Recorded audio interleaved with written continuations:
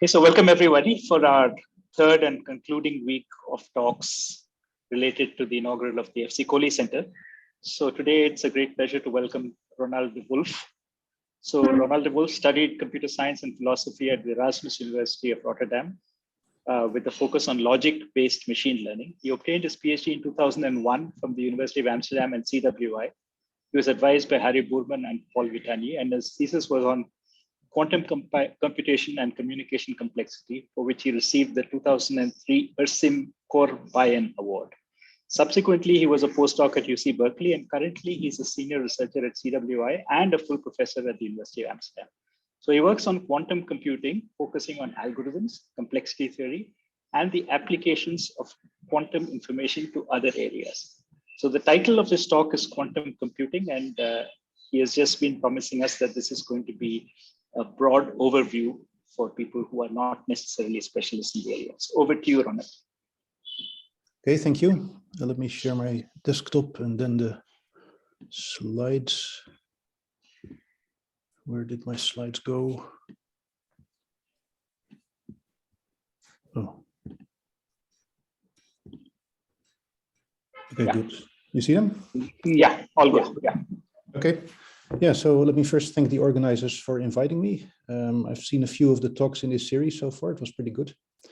And since this is evening for most of you, like I promised, I will not give a technical talk, but sort of an overview of quantum computing. What is it? What could it do? How might it affect society? So let me start with where quantum computers came from. And you can already see from the name, it sort of merges two separate areas. The first area is quantum mechanics, which is one of the main branches of physics in the 20th century. It is really started exactly at the start of the 20th century in the 1900s with the work of Max Planck. And then there were a whole bunch of people like Bohr and Einstein and Schrödinger and Heisenberg, etc., who developed this. And computer science, you could date its start to Alan Turing's paper in 1936, where he introduced the Turing machine. And Turing recently got the honor of being on the 50-note pound in England. So that's pretty big recognition for a computer scientist. And then these two branches of science, they sort of coexisted without too much connections for a long time. Until in the 1980s, people like Richard Feynman and David Deutsch and also some others, they recognized that you could actually try to use the sort of the weird counterintuitive effects of quantum mechanics to improve computations enormously in some cases. Right, so the field of quantum computing, since its inception in the 1980s, its goal has been to harness quantum mechanical effects to improve computation. And when I say improve computation, I mean making it faster, making it more secure, reducing communication between different parties and things like that. And let me say a little bit about the building blocks of quantum computers. Those are quantum bits. As everybody knows, a classical bit is just some object, could be some kind of transistor or whatever, some classical object that could be 0 or 1. It's supposed to have one of two possible values, either high voltage or low voltage, say. I hear some barking dog, by the way. Maybe somebody has to mute themselves.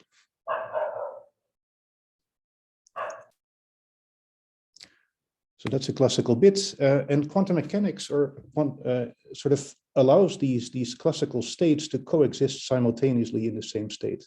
So a classical bit is really supposed to be 0 or 1 and not both of them. But quantum mechanics allows you a superposition of both of these values, and each of these possibilities would have its own weight or amplitude. That would be a complex number. So that's a qubit, and here you can see the qubit. So how you should read this formula is this qubit has the classical state 0 with amplitude alpha 0. Alpha 0 is some complex number. Think of it as a weight of this possibility. And the other possibility, the binary value 1, has amplitude alpha 1. And these two amplitudes together, you can think of this as a vector of two complex dimensions. This describes the state of one quantum bit. And measuring such a qubit is going to give you a classical outcome. So if you measure such a qubit, you will see either a classical 0 or a classical 1. And it's not determined ahead of time which one you will see, but the amplitudes determine the probability distribution. So what you do is you square the absolute values of the amplitudes, and this then gives you the probability distribution over the outcomes. right? So for my qubit with amplitudes alpha 0 and alpha 1, if you were to measure this, you're going to see a 0 with probability alpha 0 squared, and you will see a 1 with probability alpha 1 squared. This also implies that the sum of squares of these amplitudes is 1, and this is a general feature. So the vector of amplitudes describing a quantum state is always a vector that's normalized. Its Euclidean length is 1. And I'm not a physicist, but let me just sort of hint that there's many different ways to realize qubits in nature. You can basically take any physical system that has two clearly distinguishable basis states, and you can use those to build a qubit. So you would identify one of these states with a classical 0, one of these states with a classical 1, and that's your physical system realizing one quantum bit. Right, and this system could be electron spin. An electron spin is something that could be up or down. Quantum mechanics also allows you superpositions of up or down. It could be photon polarization. This is again has two clearly distinguished states, but you could also have a superposition of these states. It could be, let's say, if you have an atom, you could sort of associate the ground state of that atom, its lowest energy state, with a classical 0, and its first excited energy state with a classical 1. And that's yet another physical way to actually realize qubits. And all of these things are being sort of tried and implemented in laboratory around the world. One qubit is not a lot, but of course, the idea is to sort of combine a bunch of qubits. And if you have two qubits, for instance, it already has 4 possible basis states instead of 2, namely 0, 0, 0, 1, 1, 0, and 1, 1. If you have 3 qubits, there's 8 possible basis states. So the state would be described by a vector of 8 amplitudes, and so on. And you can see that this pretty quickly gets out of hand. Like if you have n qubits, and that's just n pieces of hardware, let's say n electrons, you already have 2 to the n amplitudes, because there's 2 to the n basis states. Each of them will have its own amplitude. So the state is described by a mind-boggling vector of 2 to the n amplitudes. Right? Think of n as being 1,000, for instance. 2 to the power 1,000 is enormous. And that's only using 1,000 electrons, let's say. So these things are described by a wave function, and that's just the name of the vector of these amplitudes. So think of the state of an n-qubit quantum computer as a vector of 2 to the n amplitudes. And what can you do with these things? Well, you should think of these quantum states as sort of waves. Like if you were thinking continuously instead of 2 to the n discrete states, you will often have a amplitude distribution that kind of looks like a wave. And I think this is a good metaphor to keep in mind, because different waves can sort of strengthen each other, but they can also annihilate each other, right? And you can see that even classically with the phenomena of light. So there's destructive interference where 2 waves that are sort of opposite add up to 0. And then there's this constructive interference where 2 waves that are sort of aligned add up to an even bigger wave. And these interference effects, this is very important for quantum computation. And in fact, I'd like to emphasize that quantum computation is somehow the combination of superposition and interference.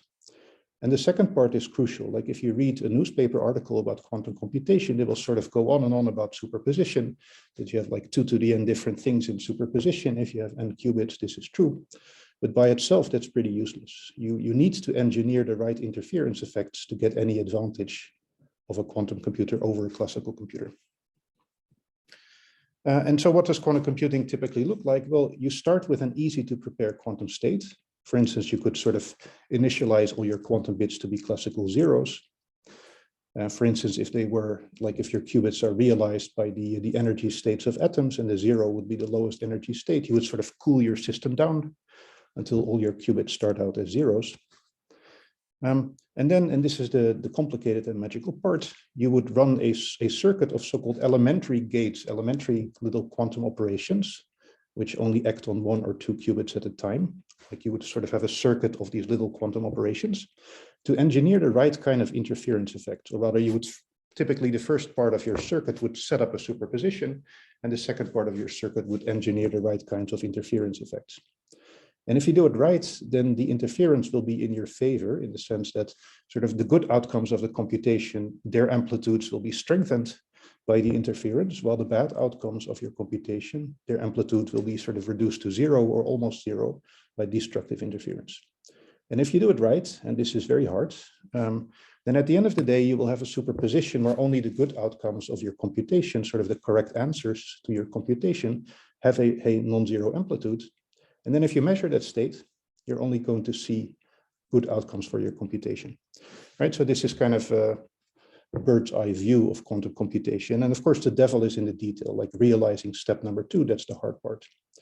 And we only know some computational problems where you can sort of realize number 2 in order to get the right combination of superposition and interference. And I'll mention some examples later. Now, there are 2 basic questions you could ask about quantum computers, namely, can you build them? And if so, what could they do? So let me spend one slide on sort of the physical realization question. Can we build quantum computers? And I think the answer is, in principle, yes, but we're not there yet. So we're currently in something that John Preskill has called the noisy intermediate scale quantum era. And what this means is we do have qubits available, a fair number of them even, but they're not perfect. They're noisy, like there's all sorts of undesired interaction between these qubits and the environment. So it's better than nothing, but it's not good enough yet to do large, reliable quantum computations. So the state of the art is that a lot of companies, especially Google and IBM, they now have quantum computers that have roughly 100 quantum bits. And this is slightly beyond the level that you can still simulate on a classical computer, because 2 to the power 100, which would be the number of amplitudes in the state, is too big to fit in like a typical classical computer's memory. On the other hand, 100 qubits is not a lot, right? Classical computers, even your smartphone, it just has enormous numbers of classical bits, and it needs those. So quantum computers are very far from those numbers currently.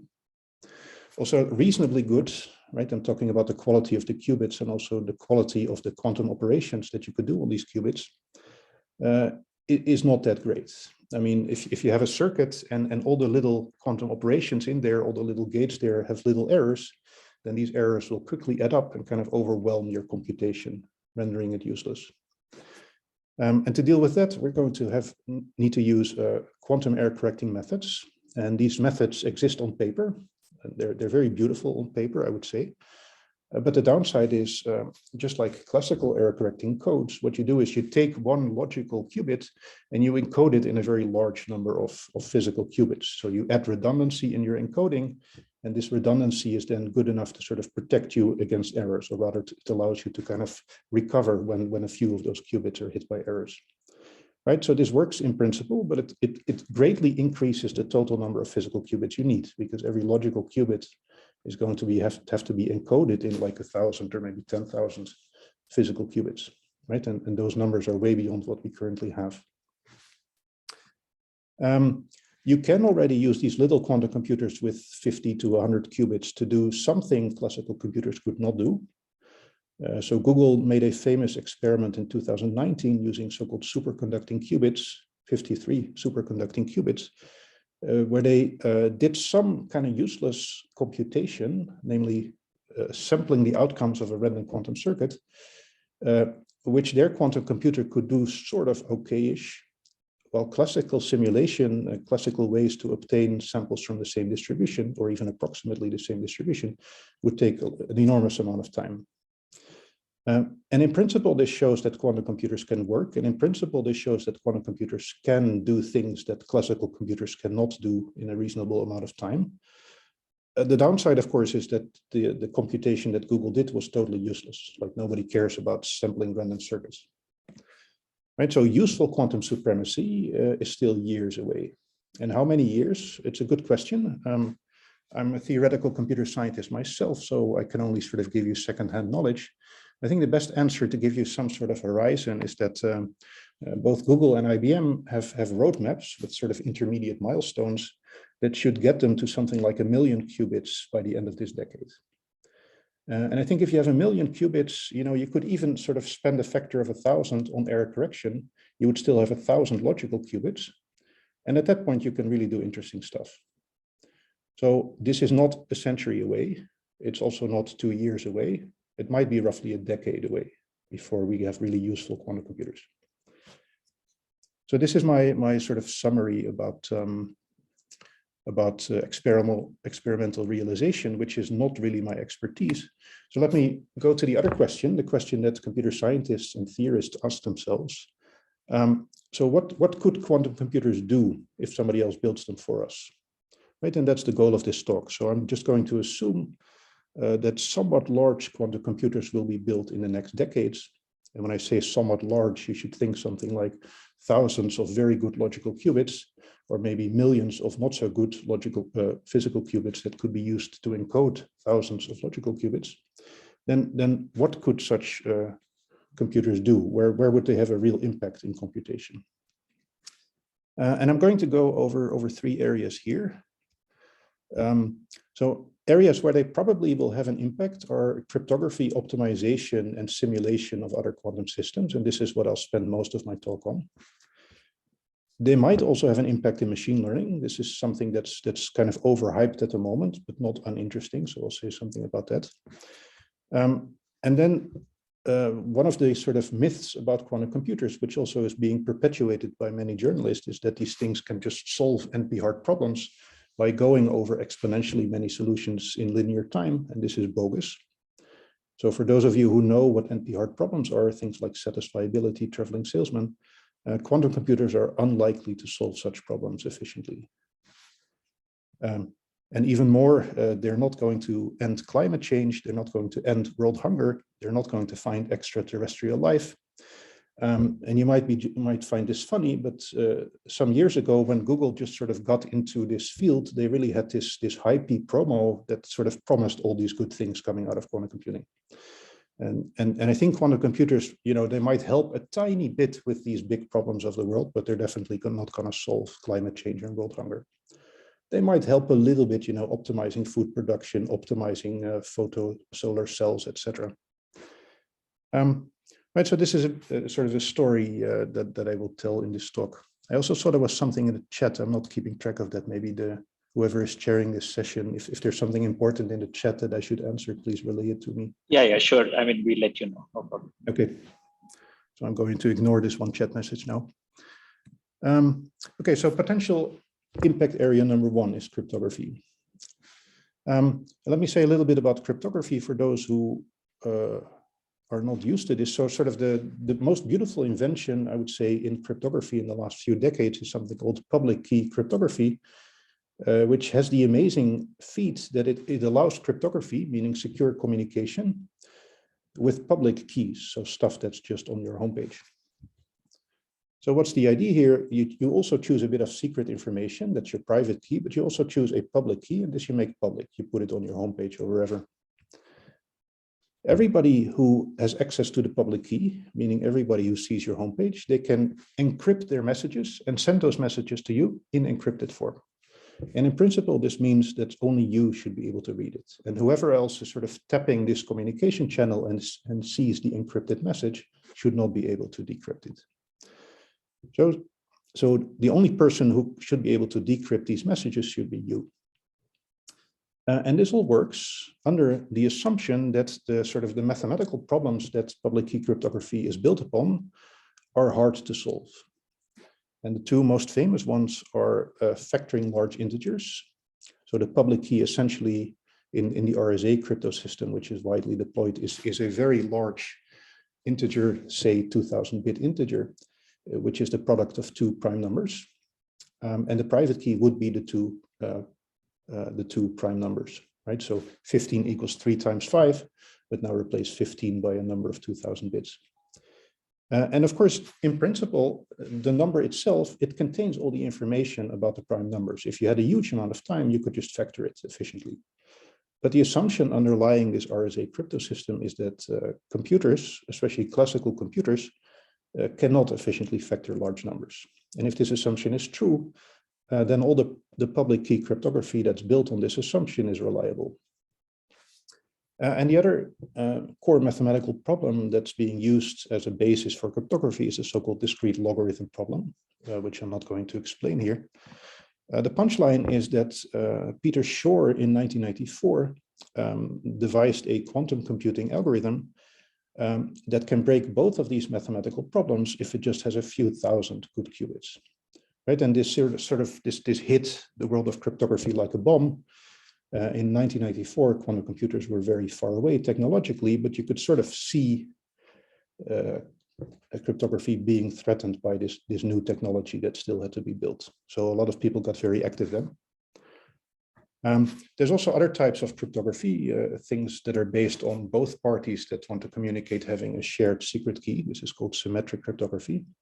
This is more secure against quantum computing, but it has the disadvantage that it doesn't have this nice sort of one-sided public key feature. If you want to do symmetric crypto, both parties have to share the secret key. And how do you establish that? That's a problem for symmetric cryptography. And you could wonder, is this an imminent threat for society? I mean, a lot of e-commerce around the world really depends on being able to kind of, do payments securely, do bank transfers securely. Many things, probably more than we imagine, is currently protected by cryptography. And if other people can suddenly read this or change it, that will be a disaster for society.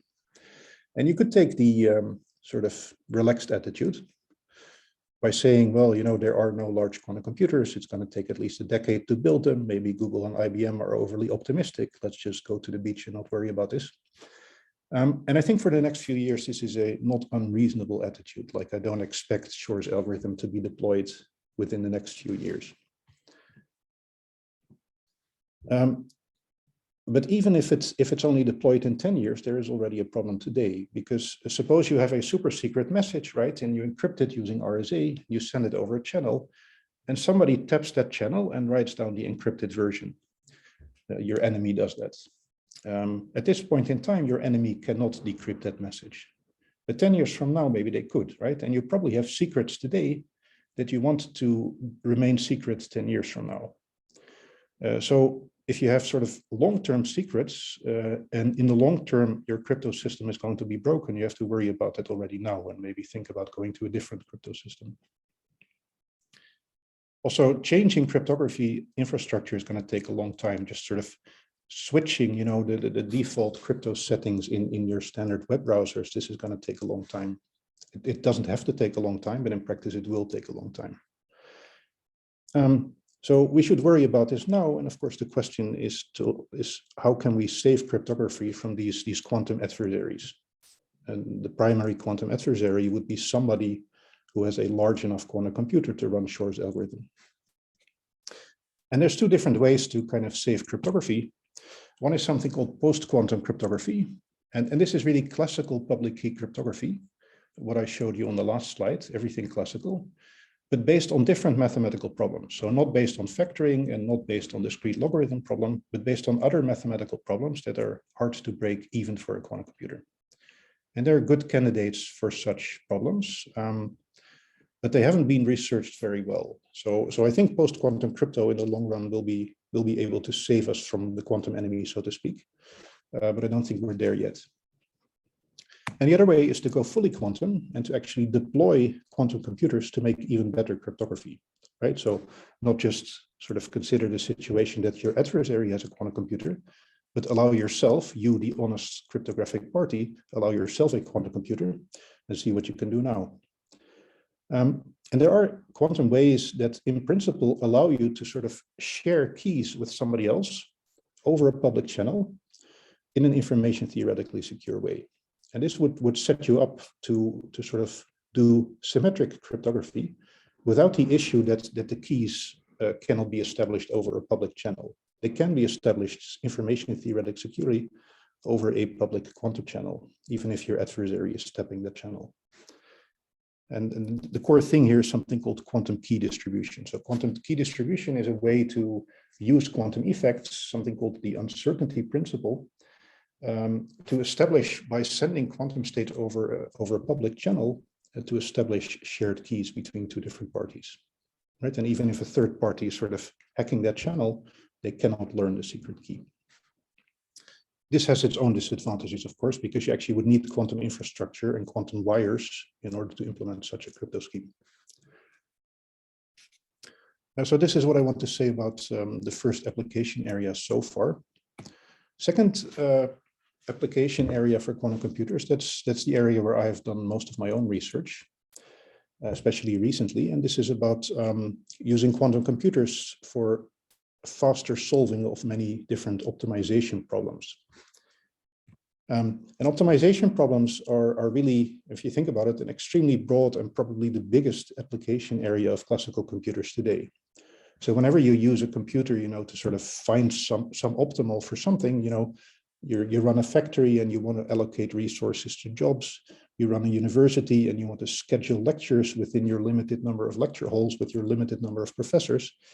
If you're optimizing some chip designs, if you want to minimize the energy use of something you're manufacturing, these are all optimization problems. And being able to solve them very well does wonders for the efficiency of our society. And quantum computers can help here. And sort of the core quantum algorithm that can help here is something called Grover's search algorithm. So Love Grover is an Indian researcher who did his work at AT&T, and in 1996, just 2 years after Shor's algorithm, he invented this beautiful algorithm that allowed a quantum computer to search through large search spaces very quickly. So if you have a very, very large search space, let's say of capital N elements, and you want to find one particular item in there, right? Classically, you basically have to go through all of these items. If it's not a sorted search space, you basically have to go through all of these items separately, taking you time proportional to n, the number of elements in your search space. A quantum computer, assuming you can access these elements of the search space in superposition, can do the search in about square root of n steps. And this is, on the one hand, this is not the kind of exponential speed up that Shor's algorithm seems to give us for factoring, but it's an extremely widely deployable speed up, right? Search problems are everywhere, like as subroutines in other algorithms. And whenever you see something like that in a classical algorithm, you can speed it up by doing the search using Grover's algorithm. So this is very widely applicable algorithm that sort of gives speed ups in lots of different areas, including optimization. One example is route finding on a map, like what navigation software solves. You can do this faster using a quantum computer. You can speed up things like convex optimization problems. For instance, if you think about the typical approach when you want to minimize some continuous function, what can you do? One way to do it is you start at a certain point, you look at the gradient at that point, and you move sort of in the direction of steepest descent, which is minus the gradient. And you do that multiple times. And you're going to end up somewhere close to some local minimum. And if you're lucky, it's actually going to be a global minimum. This is the gradient descent method. It's extremely widely deployed. And quantum computers can speed this up as well. This is just sort of a small list of examples of optimization problems where quantum computers give you some kind of quadratic or maybe subquadratic speedup. Other examples are linear programming, semi-definite programming, graph sparsification, many other graph problems. Like I said, these typically only give polynomial speedup, quadratic or less. And that looks good, but of course you have to think about the fact that now if you have, let's say, if one quantum operation is much more expensive than one classical operation, then getting a square root reduction in the number of operations by itself doesn't mean a speed up. Like the instance size has to be big enough so that the square root reduction in number of operations sort of overcomes the fact that one quantum operation will be more expensive to implement than a classical operation. So I think the jury is out on whether this will be useful sooner or later or never. My hope is it will be, these quadratic speedups will be useful, maybe not the next few years, but at some, let's say, within the next decade. And there's another issue here that your classical inputs will need to be accessible in superposition. So you somehow have to store it in a piece of hardware, could be classical hardware, but something that could be accessed in superposition. And this is a tough technological problem. Fortunately, I'm a theoretical computer scientist and I can just assume that access. I don't have to build it myself, but there is a problem there. And let me also spend one slide on quantum machine learning, because it's one of these things that just gets repeated over and over again in press releases and newspapers and so on, that somehow machine learning is a great application area for quantum computing. And it could be, but it certainly isn't yet. So let me say something about machine learning, right? Machine learning, it sort of has gone through some ups and downs in the last decades, but in the last 10 years with the resurging of neural networks in the form of deep learning, machine learning has gotten extremely successful again, right? It has beaten the best Go players. It's better than many doctors when it comes to, let's say, diagnosing what kind of disease somebody has from X-ray scans. It's excellent at all sorts of language processing tasks, etc. And if you think about machine learning, it's really just an optimization problem. I mean, if you sort of, you have a bunch of data, right? Let's assume that the data has been cleaned up in some way, and you have a certain set of models, let's say all neural networks of depth 10 with a certain number of nodes, then really all that's left at this point is an optimization problem. You want to find the object in your model class that fits your data the best, let's say that has the least prediction error for your data. And then once you find that model, you hope that it will generalize to new data. So essentially, really, machine learning is at heart an optimization problem. And that means that many of these speedups that I mentioned for optimization problems, they can in particular help machine learning in some cases. And there is something deeper that could be useful, but that we haven't really been able to use in a very convincing way yet. And that is the idea that if you think about classical data, let's say images that you want to learn from in AI, you can think of, let's say, 1,000 by 1,000 grid of pixels. You can think of that as a vector of 1,000 bits. That's, of course, how it's presented in computer memory. But you could also try to kind of implement this in a quantum state. So you could take something like 20 qubits, because 2 to the power 20 is roughly a million. That's the number of pixels that you have. And then you could somehow, this vector of a million pixels, you could sort of associate it with a vector of amplitudes on only 20 qubits, right? So somehow you would hope to be able to prepare your classical data in the form of much smaller quantum states, and then use quantum algorithms on those quantum states to extract useful information. And this, I think, is a beautiful idea, which many people have been trying to find a killer app for, and they haven't yet.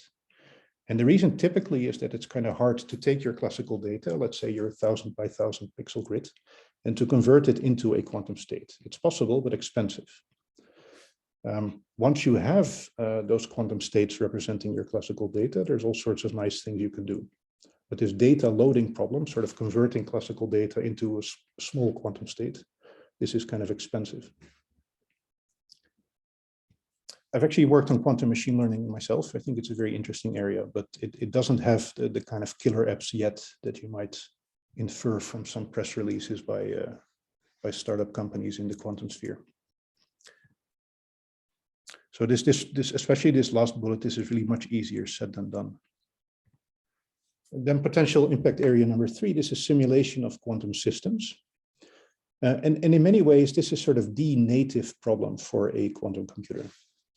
So what kind of things am I talking about? Well, many things that we actually use are quantum systems. If you think about all sorts of materials, if you think about batteries, if you think about design of medicines, right? The medicine is typically a large molecule with some properties.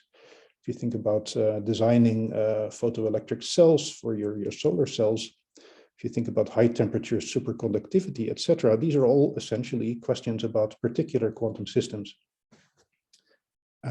And many people have worked on this, including, for instance, Angela Merkel. Before she became the German chancellor, she was actually a quantum chemist. And many sophisticated methods have been developed to kind of analyze these quantum systems on classical computers, so sort of simulating their properties. And these things tend to hit a wall for the same reason that quantum computers are powerful. Namely, if you have 1,000 particles, each of which could have 2 possible states, the total quantum state is actually described by 2 to the power 1,000 amplitudes. And there's no way that a quantum computer of any reasonable size can contain so much information. Right, so this is actually the reason why Richard Feynman in the 80s wanted a quantum computer. He did not care about factoring. He did not care about NP-hard problems. He did not care about shortest paths on graphs. He cared about simulating other quantum systems. Right? And this is why he dreamt up the idea of a quantum computer, because he noticed that his classical computers were bad at simulating the sort of the quantum effects, let's say quantum electrodynamica or whatever kind of stuff Feynman was working on. His classical computers were very bad at simulating these things. They just hit this wall. And then he thought, okay, let's build a computer that behaves itself in a quantum way and use such a computer to simulate these other quantum systems. And I think this is really a brilliant idea. So the idea is somebody gives you the description of a quantum state, the initial quantum state at time zero. It gives you a description of the laws that act on the system in the form of a Hamiltonian. And then you're just asked to sort of simulate the evolution. How does this initial state evolve in time? This is probably a very hard problem for classical computers. And it is almost by definition a problem that quantum computers can solve. Right? Classically, you have this universal Turing machine of Turing, which can simulate any other sort of classical physics system. Similarly, a quantum computer can simulate any other quantum physical system. And in the last 10 years, this idea of what's called Hamiltonian simulation, this has really been optimized. So both physicists and computer scientists really sort of worked hard on finding very efficient ways to simulate the evolution of a system given a description of the initial state and the Hamiltonian acting on the system. And people are starting to apply this not just to sort of toy systems, but to real physical systems of interest. Right, and one nice example that shows how appealing this could be is the study of nitrogen fixation. This is very important for the production of fertilizer. Of course, fertilizer is what drives agriculture throughout the world. Enormous amounts of energy and natural gas are being spent on producing fertilizer. And the way we humans do it is not the most efficient way possible because bacteria do it better than we do. So there's got to be a better way to do nitrogen fixation to produce fertilizer. And if we could sort of simulate the quantum systems underlying this and experiment with that, we might be able to find the more efficient ways to do nitrogen fixation that we know must exist. Right? And this is probably also why Google mentioned that quantum computers could help solve world hunger. I would say they could help just a little bit by making the process of fertilizer production more efficient. And this quantum simulation, it could have a huge impact because of the both because of the many application areas, batteries, solar cells, etc., but also because you don't need so many qubits for them. So to do Shor's algorithm, to break real cryptography, you need thousands of extremely good qubits. To do something interesting in quantum chemistry, you need a few hundred very good qubits. Right? And currently the state of the art in construction is sort of, we have 100 not super good qubits, but it's not like many orders of magnitude away anymore. But this is something that might become relevant in the next, 5 years or so. Take all these time horizons with a grain of salt. Right? I'm a theoretical computer scientist. I can make all sorts of predictions with impunity. I don't know what I'm talking about, but I think sort of the qualitative point that quantum simulation will be applied earlier than Shor's algorithm, this is certainly true, just because the resource requirements are lower. And you could even imagine, if at some point quantum computers become sort of widely available, that many people could use them, that thousands of amateurs, maybe millions of amateurs, start to experiment with these things in their basements, and who knows what would come out, right? There's this thing called the maker movement. Lots of amateurs are sort of experimenting and building all sorts of interesting gadgets. It's also somewhat similar to what happens with the search for extraterrestrial intelligence, where lots of people around the world sort of donate part of their computer time to help computers search through scans of the heavens, looking for extraterrestrial life. Of course, the outcome could also be very bad. This is true for any technology. Like, people could find all sorts of weird stuff, good stuff and bad stuff. Okay, and before going to sort of more ethical questions, I want to spend one slide to emphasize that quantum computers are not going to solve all your problems. And there's many things that we know they cannot do. And I think it's important to emphasize this. A quantum computer is not some magic box that solves everything. It solves a particular small set of problems. So one thing that we know is that a classical computer can actually simulate a quantum computer. It's going to be very slow at it, exponentially slower than a quantum computer, but it can do it. And in particular, that means that whenever something is computable by a quantum computer, maybe not efficiently computable, but computable, that same problem will also be computable by a classical computer, just exponentially slower. Right? So there's this famous thing called the Church-Turing thesis, which says that whatever is sort of computable in an intuitive sense should be computable by a classical Turing machine. That thesis remains standing. It's not being violated by quantum computers, because the Church-Turing thesis doesn't care about efficiency. The only difference between a quantum computer and a classical computer is that sometimes a quantum computer can be up to exponentially more efficient, but it cannot solve problems that classical computers cannot solve. If you sort of look at the actual speedups that quantum computers can give, then in many cases, you can prove that they give no significant speedup. And in many cases, you can prove that they give at most a quadratic speedup. For instance, I mentioned this quantum search algorithm by Grover, which gives a quadratic speedup. This is provably optimal. You cannot get a more than quadratic speedup for search problems on a quantum computer. And last but not least, there's these problems that are called NP-complete or NP-hard. They're a very famous and important class of computational problems, and they include all sorts of problems. There's hundreds, maybe thousands of very practical computational problems that you would like to solve. I listed a few here: satisfiability, the traveling salesman problem, spin glasses in physics, protein folding in biology, scheduling of classes for universities. All these things are NP-hard. They probably take exponential time on a classical computer to solve. They probably also take exponential time on a quantum computer to solve. This is a conjecture, we can't prove it, but it's a widely believed conjecture. So when somebody tells you a quantum computer can just, try out exponentially many possibilities using superposition, that's just bogus. Don't believe that. Okay, so this was roughly 2/3 of my talk. Let me give you an intermediate summary. So I think quantum computers are great. Like, I'm a scientist. I think these things are just scientifically super interesting.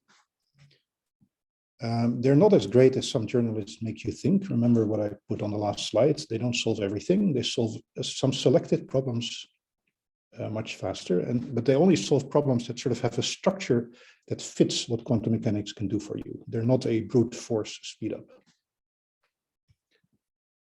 And they're much stronger than our current computers in some areas. I mentioned those areas that I think are most important.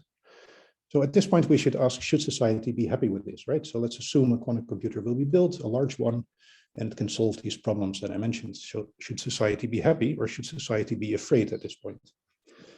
And I think there are risks here. So that's what I want to spend the last part of my talk talking about. But there's also ways to deal with those risks. Right. So I want to sort of emphasize two different risks that the development of quantum computers in practice could give. And the first one is the most obvious one. It's the breakdown of cryptography. And I already addressed this, right? So large quantum computers can break all cryptography that's based on the factoring and discrete logarithm problems. And that's most of the public key cryptography that's currently out there.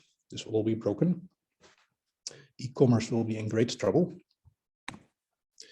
And there's different ways in which this could play out, right? Scenario one is somebody secretly builds a quantum computer, let's say the mafia.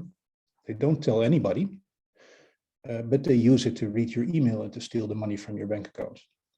And there's also scenario number two, where somebody builds a quantum computer. They're super proud of it. Let's say they're an ambitious scientist.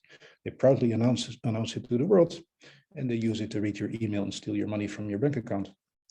And no matter which of these scenarios plays out, at some point, people will realize, shoot, somebody has a quantum computer and is hacking all of our bank accounts, right? And then suddenly, in sort of a phase transition, all confidence in cryptography is going to disappear, and this is going to be a huge problem for society, right? Even if you could replace, let's say, factoring by some other unbreakable problem, society's confidence in cryptography will be gone. So we should somehow prevent this. And I already mentioned the ways we can use to prevent this or to fix this. One is this post-quantum crypto, but I think it's important to get it into place before Shor's algorithm can be realized. Because if Shor's algorithm is realized and the current cryptography is broken, there will be a massive confidence problem for the the other types of public key cryptography that you could install later. And of course, the other more futuristic type of cryptography is to use really quantum effects like quantum key distribution. So that's risk area number 2. This is, I would say, the risk is straightforward. The solutions in principle are also straightforward, but we have to do it on time. And then the second risk to society is a bit more diffuse, and that's about growing inequality. Right, so quantum computers, they haven't been built yet, but people are investing billions into building them, both governments and big companies. So they're expensive, they're extremely expensive, and they will probably remain so for a long time. Just like computers in the 1950s were super expensive, and only a few people had access to them. Right, so what if only one or maybe a few parties can afford to build one? Which parties would this be? Well, the most likely would be, for instance, the US government. You could imagine that the US government, maybe the NSA or some more public, maybe the Department of Defense or something, that they're the first to build a quantum computer, and they're the only ones for some time to have a quantum computer at their disposal. This creates a great asymmetry in the world, which is somewhat similar to what happened in the few years that the US had an atomic bomb. I think there was like 4 or 5 years between the point that the US had an atomic bomb and the point that the second country, being the Soviet Union, also developed an atomic bomb. And this created this massive asymmetry that one side was able to sort of destroy the other side without risk to themselves. Unfortunately, the US at the time had a somewhat responsible president in the form of Harry Truman, who kind of rebuffed the generals who wanted him to nuke Korea and the Soviet Union. And I think it's somewhat naive to just assume that such prudent management will remain in place, because the previous president, who might also be the next president, cannot be relied upon to sort of be prudent in such decisions.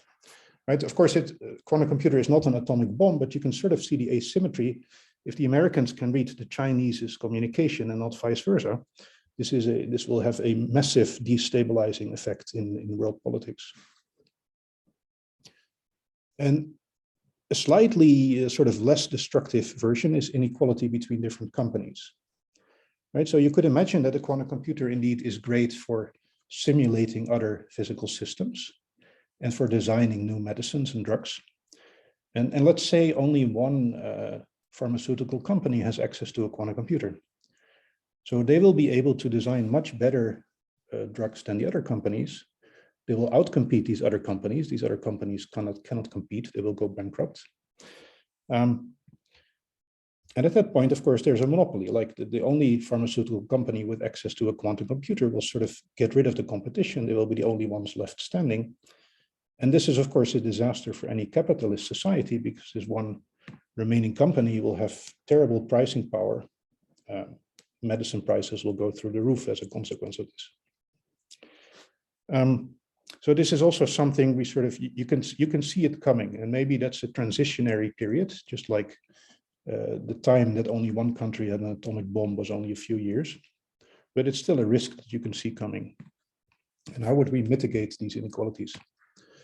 Well, the most benign scenario is actually that quantum computers become widely available, not in the sense that everybody has one in their home, but in the sense that everybody can access a quantum computer through the cloud. And IBM has this little quantum computer of 5 qubits, maybe it's 16 qubits nowadays, that they allow everybody to play with essentially. And this is like a toy version of the benign scenario. If the same would happen with a large quantum computer, that would be fine. These inequalities would not be a big problem.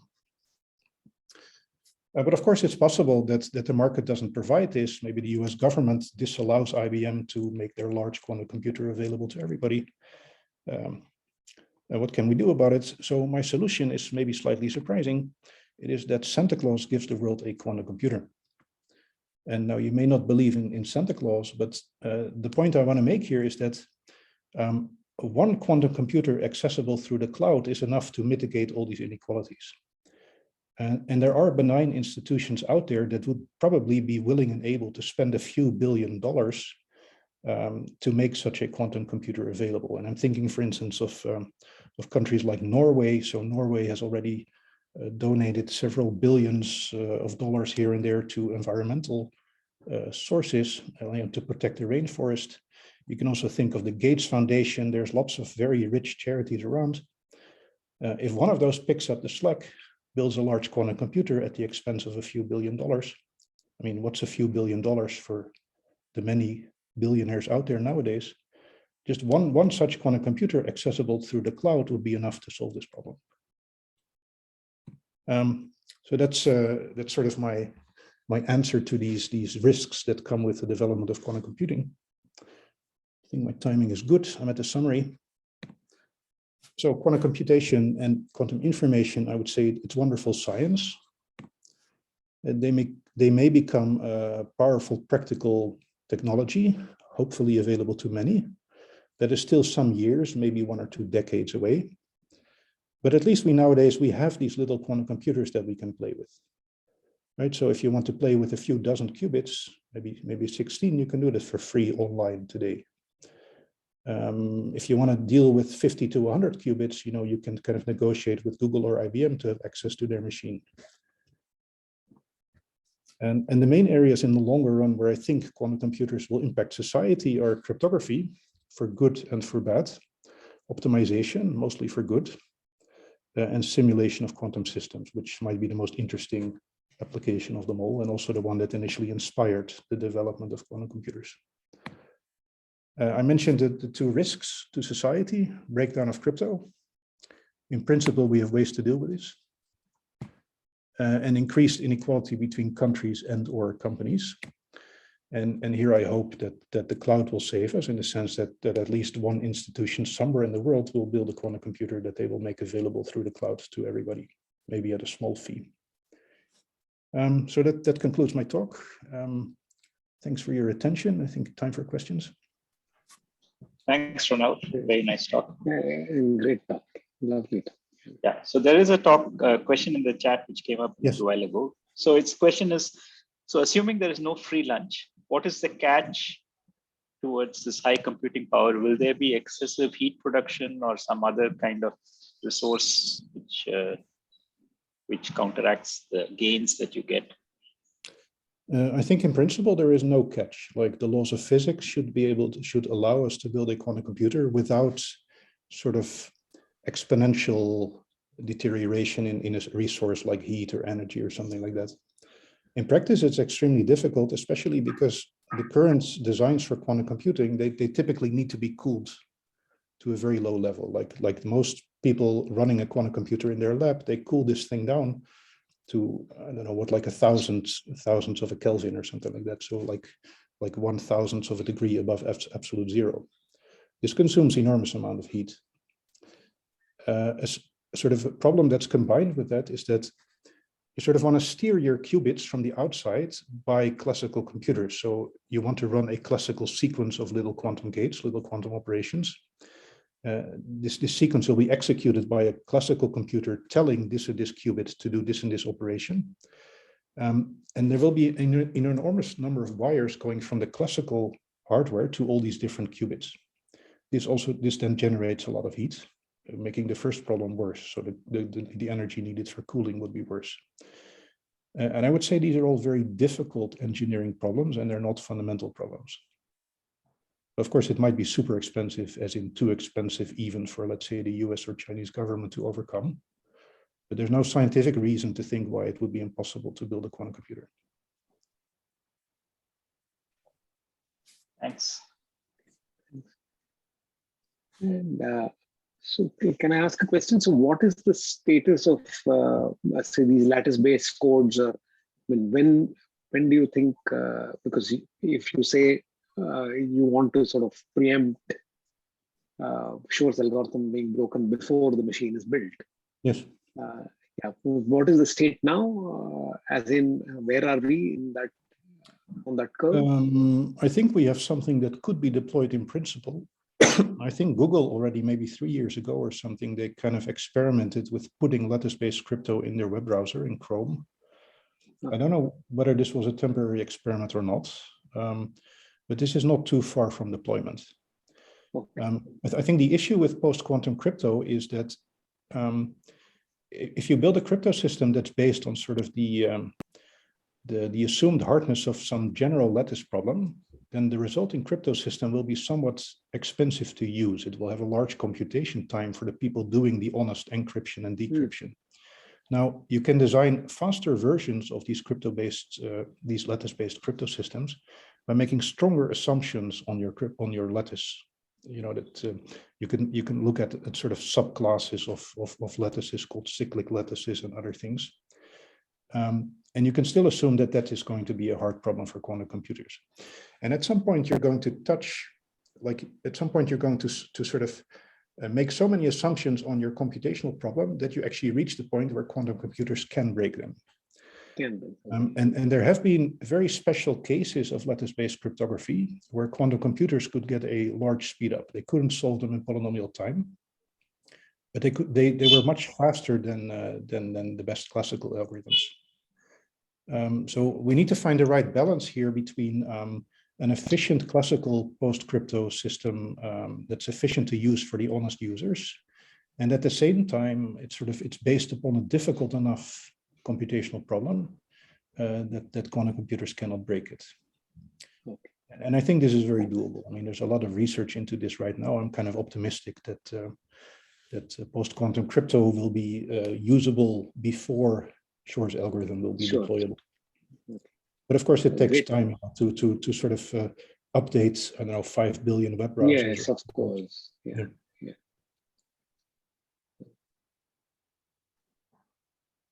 Can I ask something? Yes.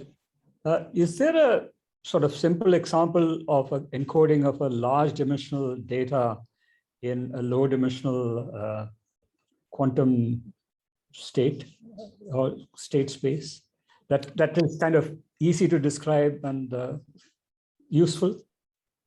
I guess I could mention the example of sort of the example that underlies Shor's algorithm. So the way Shor's algorithm works to factor a large number is you take your large number and you somehow convert it into a periodic sequence, periodic function on the integers. So you can show, and this is classical number theory, that given a number capital N that you want to factor, you can define an efficiently computable periodic function on the integers. And if you could find its period, the period of that function, you could actually factor the number. And you can do this classically, but finding the period of that function is very hard to do classically. Now, what a quantum computer can do is it can sort of make a superposition over all the integers. So this would be one register containing a superposition over all the integers, or let's say all the integers sufficiently far out. And then compute the associated function value in a superposition. So you would now have a massive superposition over inputs to the function and the function value. And this would be sort of putting this periodic function in superposition. And if you think about the amplitudes of such a state, it sort of looks like a periodic function.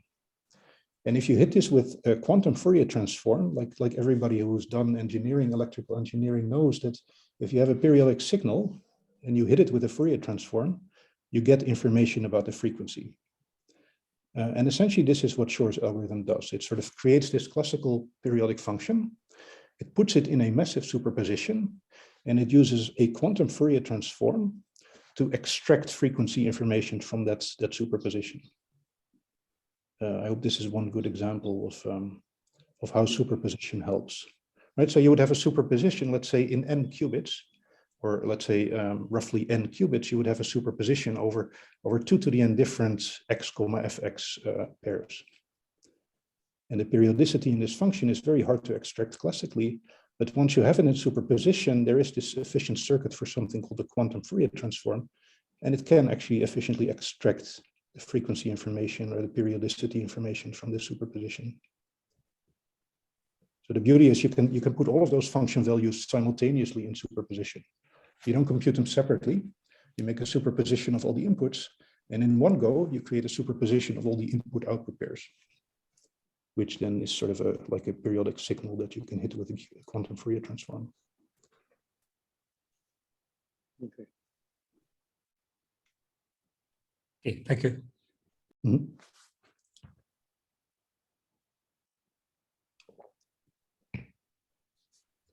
Anybody else? So actually, I have a possibly naive question. Please. So you mentioned indirectly or directly some impossibilities, right? You said that they cannot solve NP-complete problems, and also That's a implicit in your but also implicit in your post. Some things are conjectured. Yeah. So also implicit in post-quantum is that these are problems which cannot be done. So yeah. So what is the status of understanding what kinds of problems are likely to be amenable to a quantum computing approach in the sense of speed up? And is that a well understood thing, or is it very, very ad hoc? Yeah, that's an excellent question. I would say this is probably the core question of post-quantum crypto. And what we know is pretty ad hoc, but in some sense, this is even true for classical cryptography, right? A lot of classical cryptography is based on the assumption that factoring a large integer is a very hard problem. What evidence do we have for that? It's actually very little. It's basically just that 50 years of smart mathematicians have not found a very efficient algorithm for it. And I don't think we have much other evidence for the classical hardness of factoring. And the situation is pretty similar with these lattice problems and code-based problems that post-quantum crypto would be based on. A lot of smart people have looked at them. They haven't found an efficient quantum algorithm. I think the difference is, though, that factoring has been studied for 50 years by many people. Lattice problems have been studied by maybe 10 years by far fewer people. So just sort of the mass of failed attempts at finding efficient algorithms is smaller for post-quantum crypto problems than it is for something like factoring. I would say it just takes time to build up enough confidence that there won't be an efficient way to break lattice problems. And personally, I'm not 100% confident that there is no good quantum algorithm against these problems. So I think it would be somewhat presumptuous to kind of completely switch from RSA-based stuff to fully lattice-based stuff. Like if you really want to be secure, it's probably better to do some sort of double encryption. You combine RSA with a level of lattice encryption on top of that, maybe even a third. Of course, that's not super efficient. If you do layer upon layer of encryption, that slows you down. But it certainly increases your security, because hopefully at least one of those 3 encryption levels will be secure against quantum computers. But there is a general trade-off here between efficiency and security, and that's probably unavoidable. I had one question. Please. Hello. Yeah. So is the use of quantum computing in cryptography all related to only public key algorithms, or is there something for symmetric key algorithm also which makes it easier or breakable or whatever? So typically symmetric key cryptography, you can kind of break them quadratically faster than classically by things like Grover's algorithm. You could just imagine, doing a search over the whole key space. Grover's algorithm can do this quadratically faster. And typically, you can't speed it up much more than that. Okay. So you can typically deal with quantum computers in symmetric cryptography by just making your key size twice as big. Okay. Because that will protect you against a quadratic speedup of your adversary. Okay, thanks. But there's a lot of research in that area also involving things like quantum versions of the random oracle model, etc. So there certainly is a lot of interesting stuff to say about the impact of quantum or the non-impact of quantum on symmetric key crypto. It's just that the impact is not as dramatic as it is for public key cryptography. That's right. Thanks. Thanks. Yep. And yes, one more question I have, Ronald. So in the area of optimization, you said there is, so what are the kind of speedups you see there? I mean, say if you're looking at the ellipsoid or semi-definite programming, linear programming, what are the kind of speedups you get? At best quadratic, and in many cases less than quadratic. Okay. It kind of depends in which parameters you look. So there have been very nice algorithms for solving semi-definite programs by Brandao and Fourier, where the key observation is that sort of the variable in a semi-definite program is an n by n positive semi-definite matrix. This is sort of the thing you're optimizing over. If you fix the trace of that object to 1, you have something that's called a mixed quantum state. So you could sort of replace optimizing over an n by n classical matrix. You could replace that by optimizing over a log n qubit state, because n dimensions corresponds to log n qubits. And this is an idea which initially you might think, whoa, this is great. I'm going from n classical objects, or even n by n classical objects. I'm going to log n qubits. This smells like an exponential speed up. But if you work this out, it gives you a roughly quadratic speed up in some of the parameters. So there is this classical algorithm to solve semi-definite programs by Aurora and Kohli, based on the multiplicative weights method. You can speed this up, I think, quadratically in n, but then you lose something in the way the runtime depends on the final error in the solution. It's a bit subtle. I've also worked on this myself. So you get at best a quadratic speed up there, and in some sense, in some parameters, you get less than a quadratic speed up. And for ellipsoid method, I don't think there's much known yet. So typically these iterative methods, like we in some of these iterative methods, we know how to speed up individual iterations somewhat, but we don't know how to speed up the number of iterations. And this is really ongoing research to find good examples of classical optimization algorithms where you can reduce both the number of iterations and the time per iteration to get really significant speed up. Oh.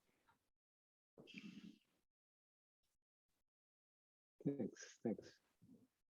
Madhavan, I had a question, if there's time. Yeah, Yes. sure, go ahead. Yeah. So this was in the context of the Church-Turing hypothesis. So what is the notion of halting for a quantum computer? I mean, if I understood correctly, you're saying that you can simulate quantum computer with a Turing machine also. Yes. So then is there a nice notion of halting? Because dynamics is unitary, right? Evolution is unitary. So how do we know that a quantum computer is halted? Yeah, so that's a good question. So I think the answer would be there's two ways to define a quantum computer. One is as a quantum version of a Turing machine. This has an issue that it's not clear when it holds. The other model, and this is what everybody uses in practice, is as a finite sized circuits of elementary operations, kind of analogous to a Boolean circuit, right? If you think about classical computation, you can think about Boolean circuits, but you can also think about Turing machines. Similarly, in the quantum case, you can think about quantum Turing machines, or you can think about quantum circuits. Everybody studies the latter model, and in the latter model, there's no issue of when to stop because you just execute some circuit of elementary gates, and at some point you're done. I see. Okay. Thank you.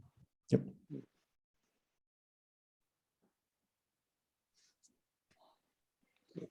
Anyone else? Okay, so I think, thank you very much, Ronald. Well, wonderful talk. Thank you. Thank everybody for your attention. Wonderful talk. Thanks. Thank you. Bye, Okay. everybody. Yep. See all of you tomorrow. See you then. Bye. Bye-bye. Okay. Thank you. Bye. Thanks.